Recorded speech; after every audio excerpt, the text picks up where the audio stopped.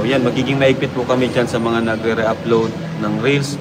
And sana po kung may ma-upload ng Reels, wag naman po yung sobrang haba, ano, yung halos malagay nyo na lahat.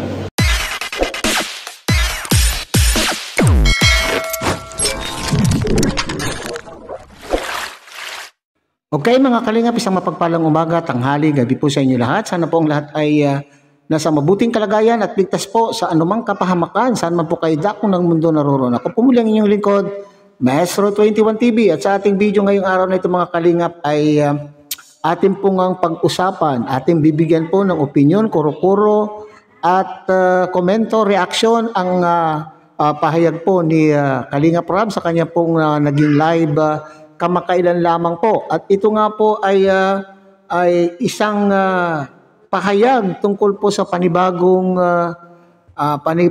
rules na kinakailangan ng ipatupad ni Kalingap Rob, lalong-lalo na po doon po sa kanya pong channel. At hindi po natin malaman mga Kalingap kung ito po ay pangkalahatan na rules ng Kalingap na isasama na rin po yung isasama na rin ba ang channel po ni Kuya Bal at ni Ate Edna Vlogs at ng mga iba pa pong mga Kalingap partners.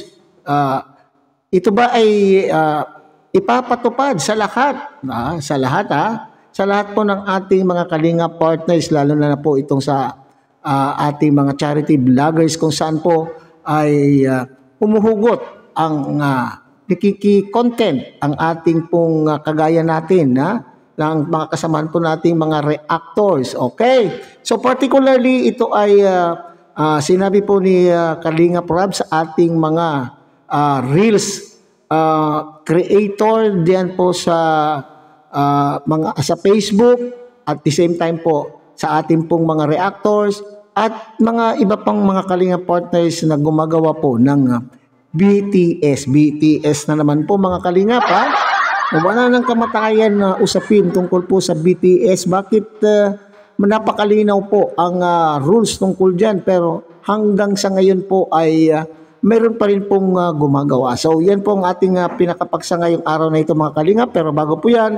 ay magbibigay-pugay muna tayo sa ama at founder po ng Kalingap, Kuya Bal Santos Matubang, at tangkilikin po natin Ate Edna Vlog, Kalingap Rob at Kalingap Dan. At syempre kung bagong silip lang po kayo sa ating munting channel, sana po ay inyo rin pong tangkilikin sa pamamagitan po ng inyong pagbibigay ng like, share, and subscribe.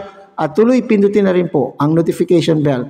At nang sa ganon tayo pa rin po ay magkita-kita at magsama-sama sa susunod pa pong mga reaction videos na ating gagawin. Likewise, mega love shout out po sa ating mga kasamaan po dyan sa Karepa Kalingap Reactor Partners, sa pamumuno po yan ng ating Presidente Javier De Leon aka Birador. Okay, so bago tayo magpatuloy mga Kalingap ay tunghayan muna natin, sabay-sabay natin panuurin po ang naging pahayag po ni Kalingap Rob sa kanya pong live kamakailan tungkol po dito sa panibagong rules na dapat pong maipatupad.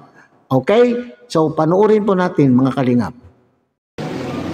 So yan, magiging maigpit po kami dyan sa mga nagre-upload ng Reels. And sana po kung may ma-upload ng Reels, wag naman po yung sobrang haba, ano, yung halos malagay nyo na lahat ng buong kwento. Diba? Kasi masyado pong yes, dapat 2 days talaga signing off, new rules 2 days before reaction. Oo, dapat 2 days talaga kasi 24 hours minsan nabuelo pa lang yung 2 days dun talaga nakikita na talaga yung performance ng vlog. And yun nga, sana pakilagay ng link ng full video and wag po sobrang habaan yung reels na gagawin. Marami na kasi kumuha ng BTS reaction. Yun na nga po. Sinabihan ko man na po sila, lalo na kay Krista kasi bago pa lang si Krista.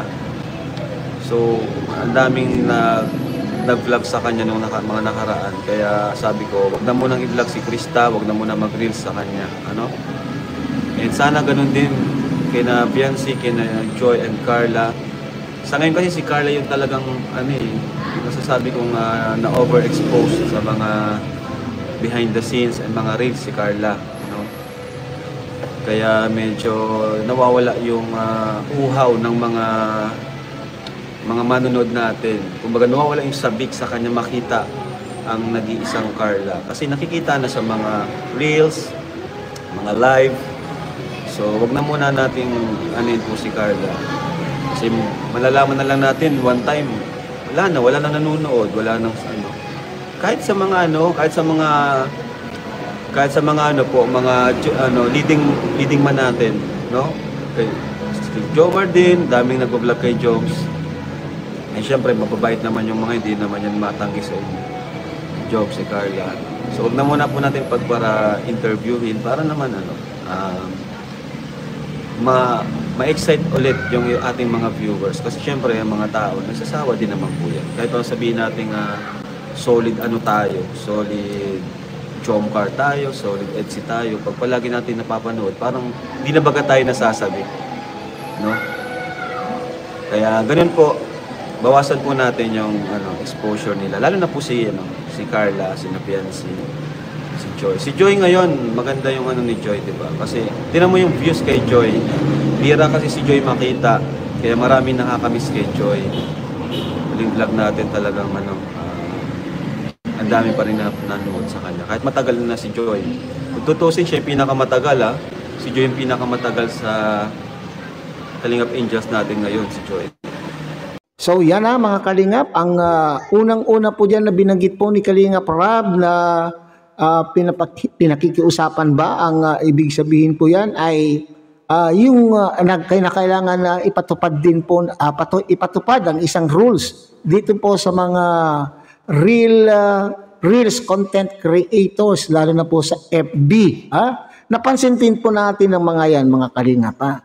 So sinasabi po niya dito ay maghihigpit na daw po. Okay, hihigpitan po ang mga kumukuha po ng reels, lalo na po itong mga kumukuha ng reels na wala pang ilang minuto pa lamang pagka-upload po ni Kalingap Rab ay meron na pong nagawang reels ang mga iba. Okay, so napansin po ng ating mga kasamahan po na nandito po sa loob po ng Kalingap ay madalas po na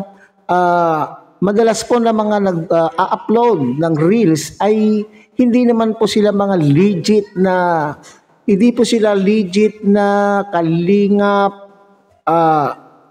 Kalingap partners. Okay. So karamihan po sa kanila ay mga supporters, mga viewers. Matatawag po natin sila rin din po ay mga Kalingap, pero hindi sila parang mga vloggers. Hindi sila legit na vloggers po ng Kalingap. Ito ay sila po yung mga sila po yung mga viewers. Lalong-lalo na po sa mga love team, mga Kalingap. Sa love team po, doon po madalas na nangyayari po itong pagkukuha po ng mga video clips at ginagawa pong mga reels sa Facebook. At madalas po ng mga nag-upload po dito, mga Kalingap, ay itong mga supporters. Sorry sa mga supporters, pero yun po yung napapansin po natin. So, sinasabi po dyan ni Kalingap Rab na hihigpitan po yung mga ito at maaaring nakikiusap na rin po kasi minsan talaga ay hindi masawata ang mga ito. Pakiusap na po kasi ito po ay nagsasuffer na po ang views ng ating mga love team. Nagsasuffer po itong mga upload po ni Kalingap Rab at sana naman po ay maintindihan po ninyo. Parati pong sinasabi po sa vlog ni Kalingap Rab na yung pong mga revenue na nakukuha po niya sa ating pong mga love team at sa iba pang mga upload ay siya rin naman po yung ginagamit po niyang pantulong po sa ating mga beneficiaries at sa ating sa mga proyekto po ng kanya pong mga proyekto kagaya po ng pabahay at mga sa scholarship ng kanya pong mga beneficiaries na ginawa po niyang mga scholars. So sana ito ay maintindihan po ninyo. Huwag po tayong maging Huwag po tayong maging sakim, Kasi itong mga lihitimo, okay, sabi ko kanina, parang mga hindi lihitimong mga vlogger, pero sila po yung content creator sa FB, so sa Makatwid. Kapag sila po din ay naka-umani ng mga views sa kanila pong ginagawang reels na mula po doon kay Kalinga Prab, ay maaaring sila rin naman po ay kumita sa kanila pong reels na ginagawa. So sana ay tama na po, okay? Makonsensya naman po kayo, okay? Ito yung sinasabi po ni Kalinga Prab na minsan napansin din po ng ating mga iba pang mga Kalinga partners na buong-buo na, buong-buo daw po yung ang haba-haba, mahaba na po yung reels. 'Di ba ang reels ay cut lang, ay clip lang, okay? Video clip lang na inyo pong gagamitin. Pero sana sumunod sa rules na na kinakailangan ay may panahon kung kailan po kayo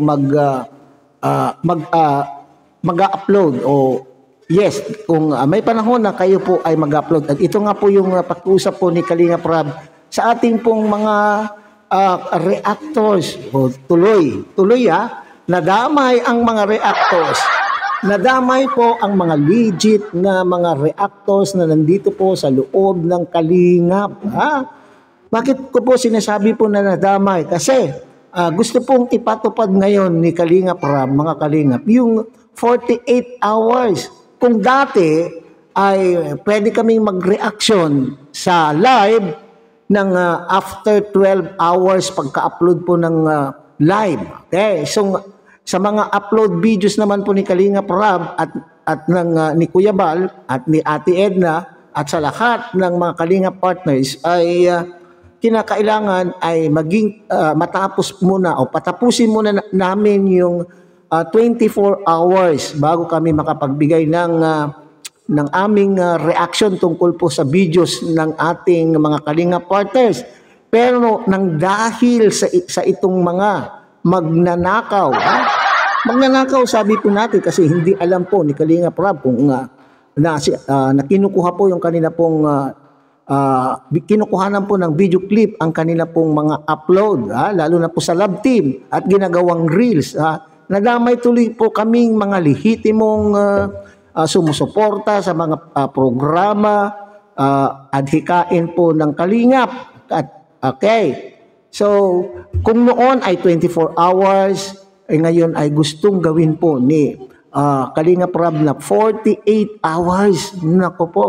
Na ngayon, ang nakikita po naman namin dito mga Kalingap, hindi lamang po ako, hindi lamang po ako ang kita po rito, okay? Kundi itong mga kasamahan po din natin, okay?